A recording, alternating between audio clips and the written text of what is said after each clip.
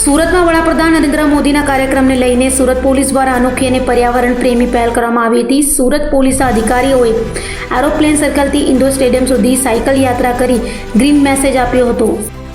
વડાપ્રધાન નરેન્દ્ર મોદીના સુરત પ્રવાસ પૂર્વે સુરત પોલીસ માત્ર સુરક્ષા બંદોબસ્તમાં જ નહીં પરંતુ પર્યાવરણ સંરક્ષણના સંદેશ સાથે પણ આગળ આવી છે। એરોપ્લેન સર્કલથી ઇન્ડોર સ્ટેડિયમ સુધી પોલીસ અધિકારીઓ સાયકલ પર રવાના થયા હતા। બંદોબસ્ત દરમિયાન ઈ બાઇક અને સાયકલનો વધુ ઉપયોગ કરીને ટ્રાફિક અને પ્રદૂષણ ઘટાડવાનો પ્રયાસ કરવામાં આવી રહ્યો છે।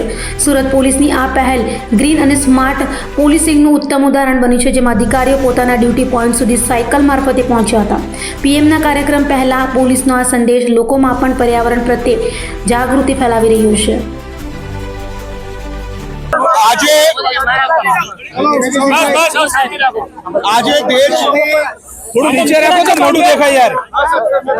રાજનીતિમાં પહેલીવાર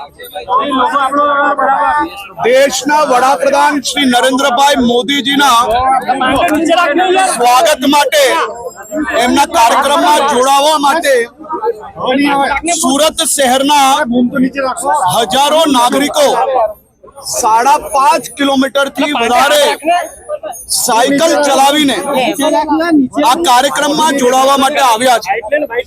હું દેશના લોકપ્રિય પ્રધાનમંત્રી આદરણીય શ્રી નરેન્દ્રભાઈ મોદીજીનો આભાર માનું છું કે આપ સાહેબ પર દેશના પ્રત્યેક નાગરિકોની જે શ્રદ્ધા છે એ શ્રદ્ધા જ આવી ગરમીમાં સુરત શહેરના મોટા વેપારીઓથી લઈને ચા વેચવા વાળા સુધી, વૃદ્ધોથી લઈને યુવાનો સુધી આ ગરમીમાં સાયકલ ચલાવીને દેશના લોકપ્રિય પ્રધાનમંત્રી શ્રી નરેન્દ્રભાઈ મોદીજીને સાંભળવા માટે અહીંયા પહોંચ્યા છે।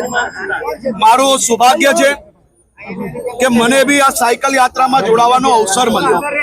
આ કાર્યક્રમ અદ્ભુત અને વિશેષ પ્રકારનો છે। આ કાર્યક્રમમાં સંપૂર્ણપણે સસ્ટેનેબિલિટી પર ધ્યાન આપવામાં આવ્યું છે। કોઈ બી પ્રકારનો પ્લાસ્ટિકનો ઉપયોગ નથી કરવામાં આવ્યો।